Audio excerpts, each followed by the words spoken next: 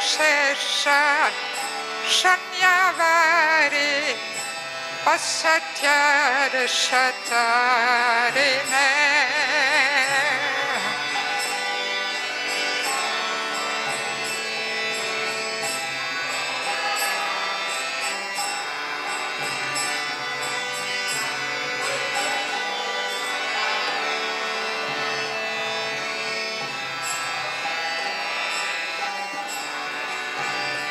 Jaya Shri Krishna Chaitanya Prabhu Nityananda Shri Advaita Gadadhara Shiva Shri Gaur Bhakta-vrinda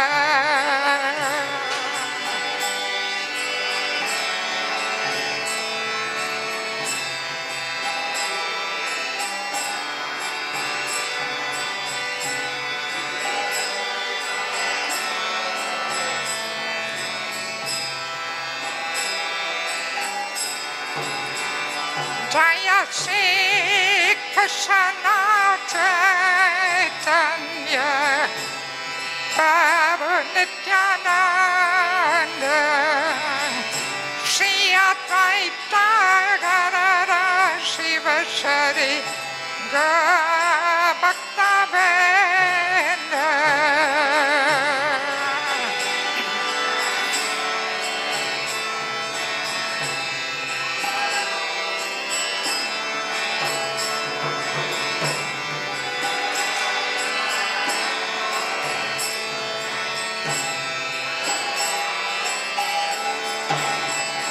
Jaya Shri Krishna Chaitanya Prabhu Nityananda Shri Advaita Gadadhara Shiva Shri Gaur Bhakta-vrinda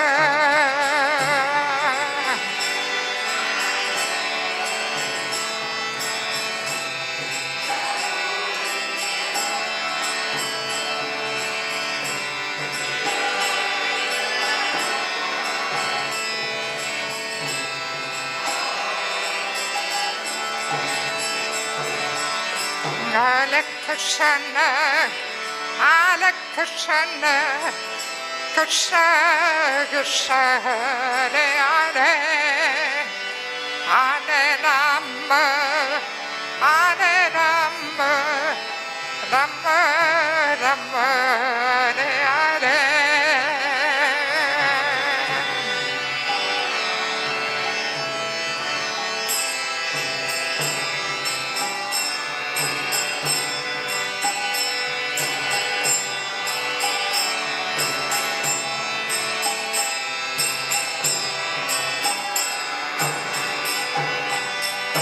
Hare Krishna, Hare Krishna, Krishna Krishna, Hare Hare, Hare Rama, Hare Rama, Rama Rama, Hare Hare.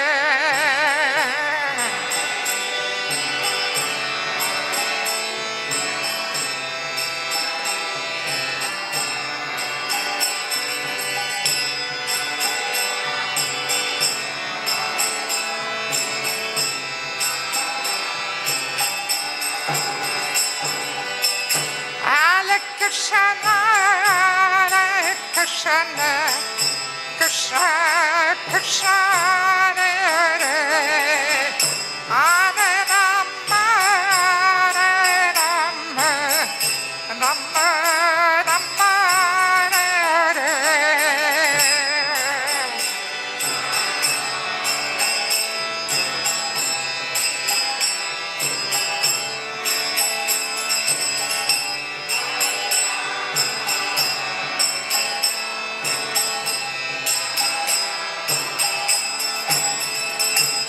Hare Krishna, Hare Krishna, Krishna Krishna, Hare Hare, Hare Rama, Hare Rama, Rama Hare Hare.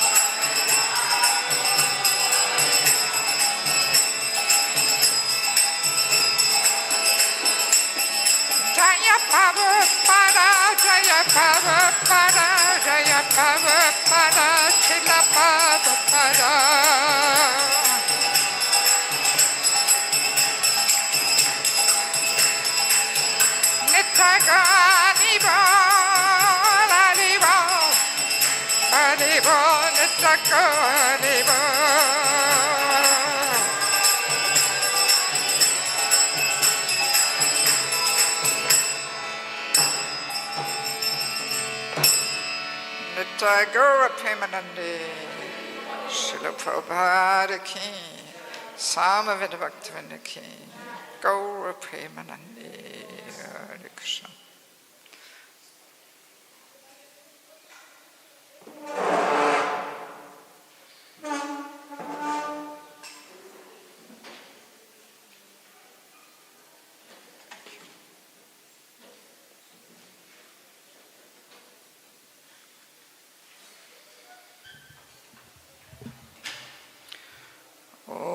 Kyantamandasya Gyananjala Shalakaya Chakshunmalitam Dena Tasmai Shri Gurave Namaha Shri Chaitanya Manupistam Sthaparam Yena Bhuttale Swayam Rupakaramayam Nadati Swapadantikam Namam Vishnupada Krishnapista Bhuttale Srimate Bhaktivedanta Swaminiti Namane Namaste Saraswati Deve Gauravani Pachayane Nirvishesha Shunyavadi Pasatari Satarine Vanchakopa Dribasa Kripa Sinuvevata Patitanam Pavanebhyo Vaishnavebhyo Namo Namaha Jai Shri Krishna Chaitanya Pavanityananda Shri Advaita Gadadhar Shivasari Go Bhaktavinda Hare Krishna Krishna Krishna Hare Hare Hare Rama Rama Rama Hare Hare. Okay, so thank you so much for showing some interest on our today's topic of the false ego, our constant companion and troublemaker. To begin with, I would love to request you to just come a little closer there in the back, because I'm a personalist. I don't like people hiding all the way in the back there. You know, this is such a big hall. Yeah, you can even come closer with your chairs, you know. Yes, okay, good. this creates such a nicer atmosphere, you know. So I'm really a personalist. I like to connect with my audience and not speak into the void here of some big hall, you know. So yes, anybody who wants to really take part, please come forward. And yeah, or if you can't sit on the floor, then at least sit here very close on this thing. And there's also some chairs still available, so we can better connect. Good. I'm wondering, is there a need for me to introduce myself, or does everybody, people have met me before, or you met me before? Well, let me just very quickly say a few words about my humble self. So my name is Devaki Davidasi. I'm originally from Germany, but I haven't lived there for the last 40 years.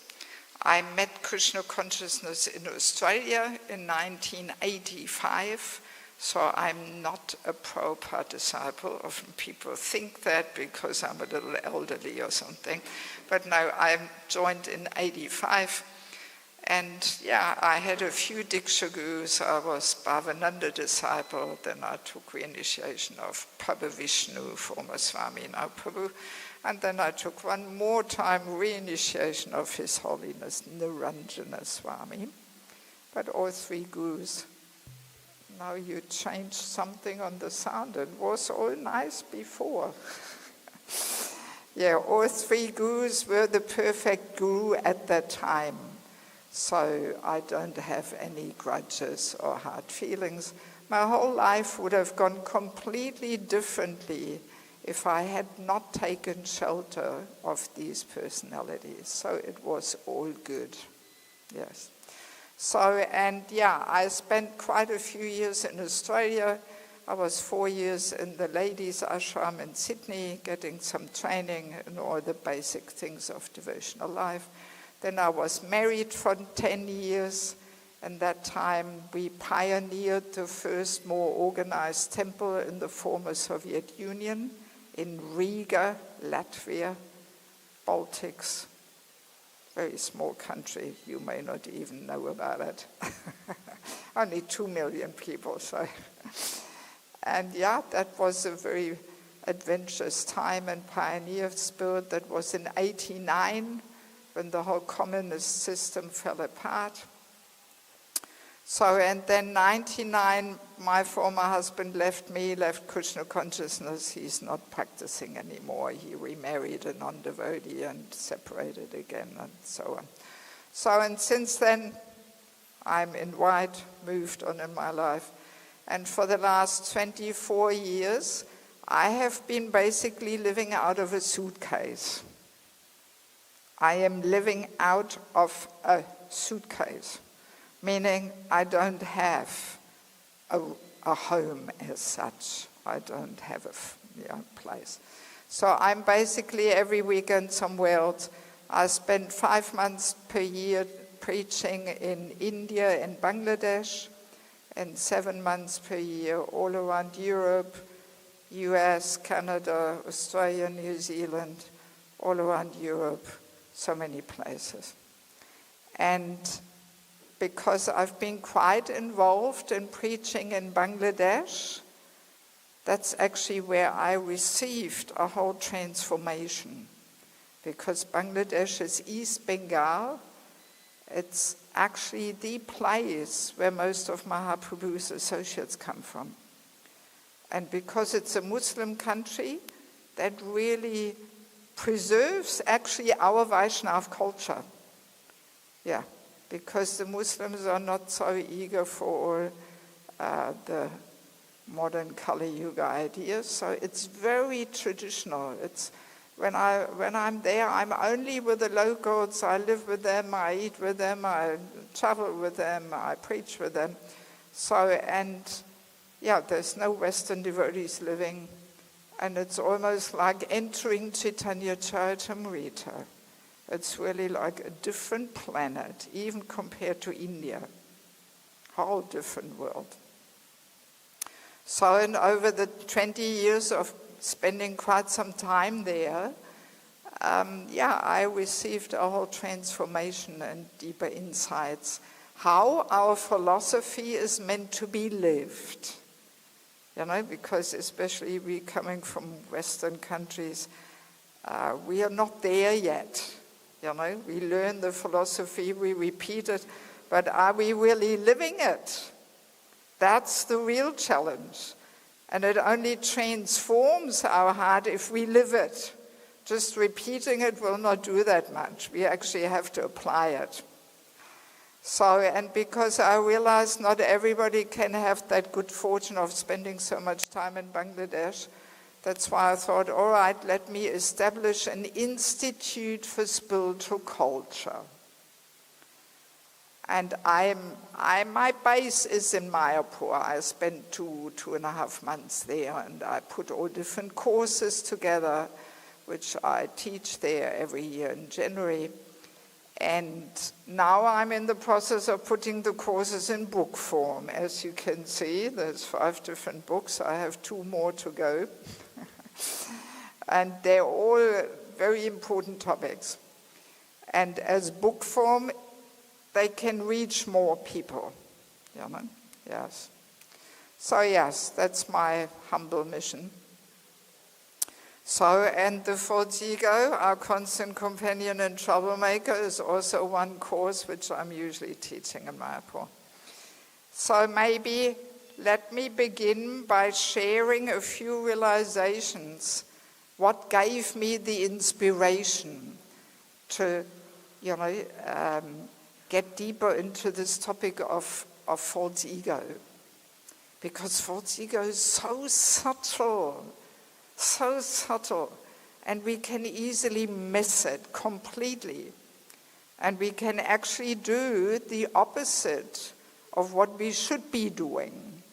Instead of subduing and dissolving the false ego, we can boost it and feed it very nicely, all in the name of Krishna consciousness.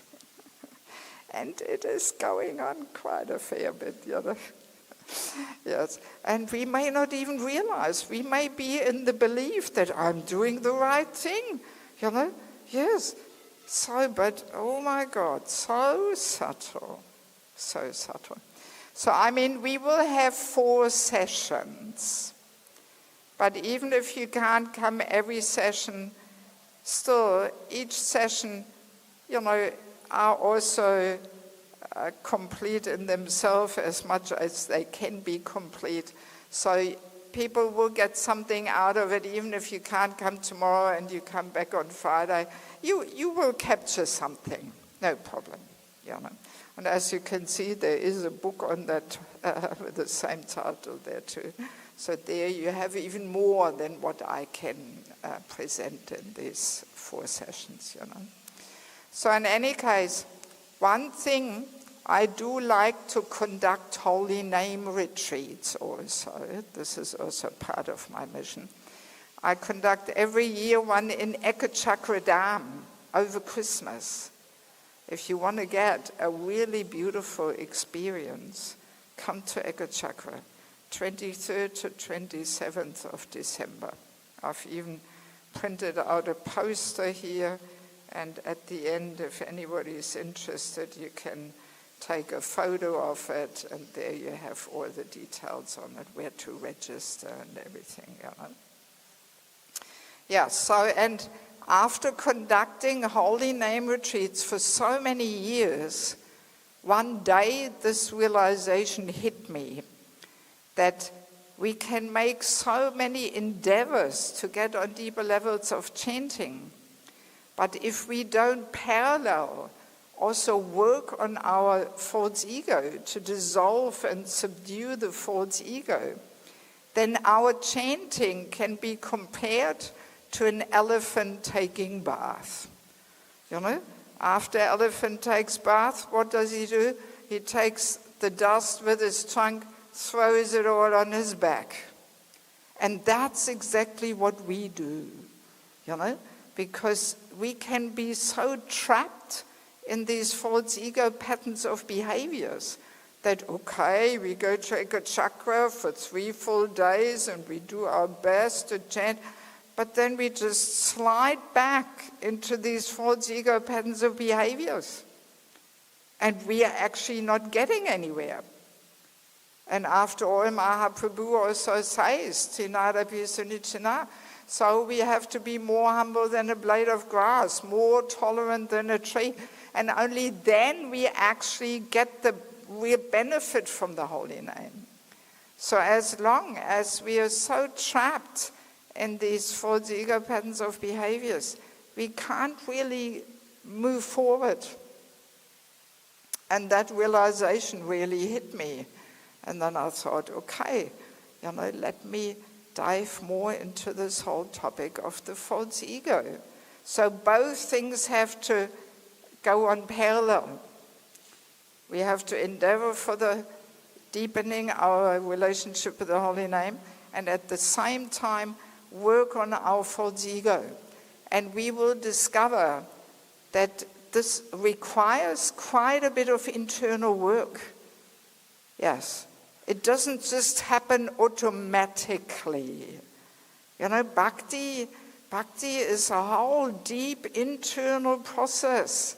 We can externally go through the motions of being there at every Mangaladi and doing it all right. But if we don't do some internal work, nothing will transform. Because bhakti is all about internal transformation. We want to transform our heart, our likes, our dislikes, our patterns of behaviors, and ultimately really our heart. And only then bhakti can actually grow there. And that requires some internal work. Yes. So it's a whole big topic. And I remember once I had this almost amusing situation where one Mataji, who I know a little bit, she has a very prominent and dominant false ego, and as a result she always gets herself into some conflict. So one day she was a little frustrated and she was turning to me to reveal her mind. And then I thought, let me try and help her to understand what actually the problem is. And I was very careful because I know false ego doesn't like to be poked. So I was very careful and I was just saying, well, our false ego always gets us into trouble. And then her reaction, she was laughing. She was saying, come on, false ego, what's that? I don't have that. And I thought, oh my God, how is it possible? A person thinks she doesn't have a false ego, but it is so prominent. I was completely shocked. I was speechless. I didn't know what to say. Please, everybody, switch off your mobile phones. So all I could think of saying was, well, I wish I could say this about myself. That's all I said. Nothing more than that. Because I knew no point to say any more than this, Yes. So that's the amazing thing, that the bigger and more prominent the false ego is, the less we can see it. You would think it is the other way around, that the bigger and most prominent it is, the more you can see it. But no, false ego blocks our ears, blocks our intelligence. We can't hear, we can't understand. Yes, so it actually requires a little bit of purification to perceive the subtleties. Yes, it is so subtle. And it's almost like this, that the more we become purified, the more we realize, oh my God, every day the false ego gets into our way and pushes us to say and do things which we shouldn't say and do. Yeah, very subtle. And then also, it's like that. We may be quite a few years in Krishna consciousness, 20, 30, 40 years. We may get some position, some title, but sometimes these attachments to the titles and positions, they can be pretty strong, And I've been scratching my head thinking, well, the Shastra is promising detachment. So what's happening? Are we doing maybe something wrong? Are we missing something? So all these little things, inspired me to give more attention to this topic. And I also remember, actually it was in Vrindavan many years ago, this is about 10 years ago or something, I gave just one little introductory session on this false ego topic. And then afterwards, one Mataji came up to me, who I know, who lives here in Vrindavan. She's been practicing for 15, 20 years, living here in Vrindavan. So she said to me, oh, thank you, Mataji, for giving the seminar. Now I realize I actually have a false ego, And she was saying, before I just thought this is some theoretical, philosophical thing, which has no relevance to me. But now I understand. So after 15, 20 years of practice, people understand, okay, I actually have to deal with this. It's relevant to me, yes. Because it is just so subtle that we can just easily miss it, yes. Yeah, so much as little introductory thoughts. So the way I usually like to work is that I present a few points and then see if there is some question, some discussion, and then maybe another few points and like that.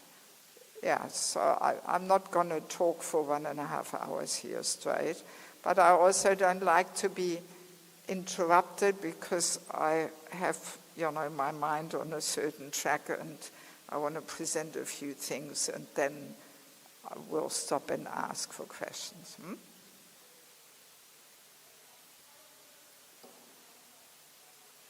What? Already question? Yes? Yeah, all right, use the mic.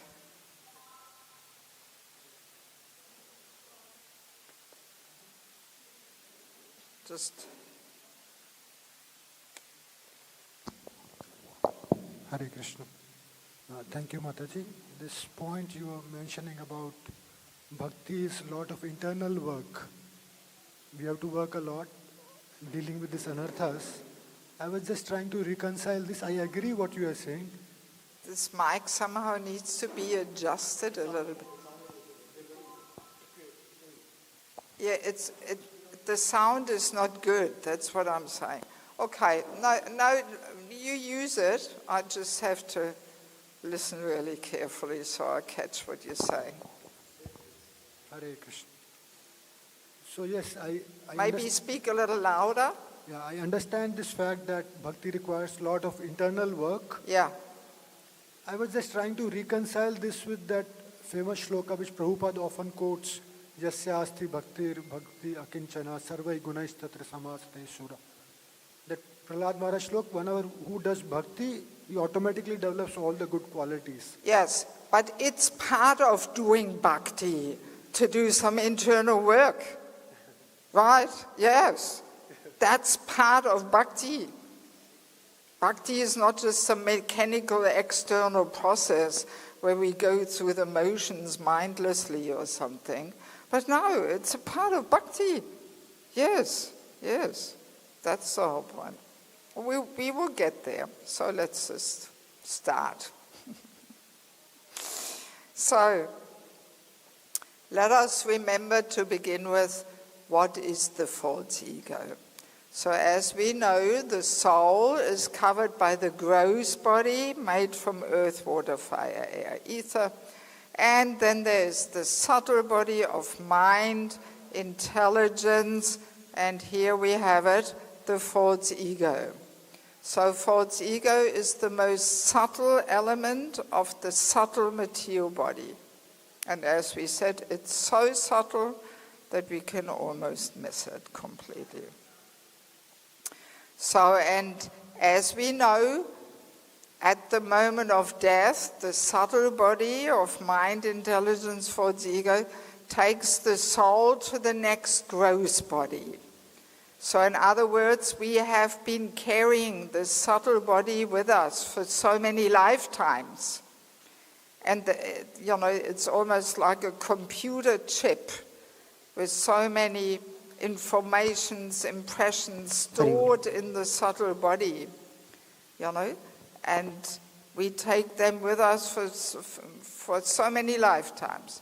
So it's not so easy to transform the subtle body, because if we want to get out of here, and go back to Goloka Vrindavan, we have to completely spiritualize the subtle body.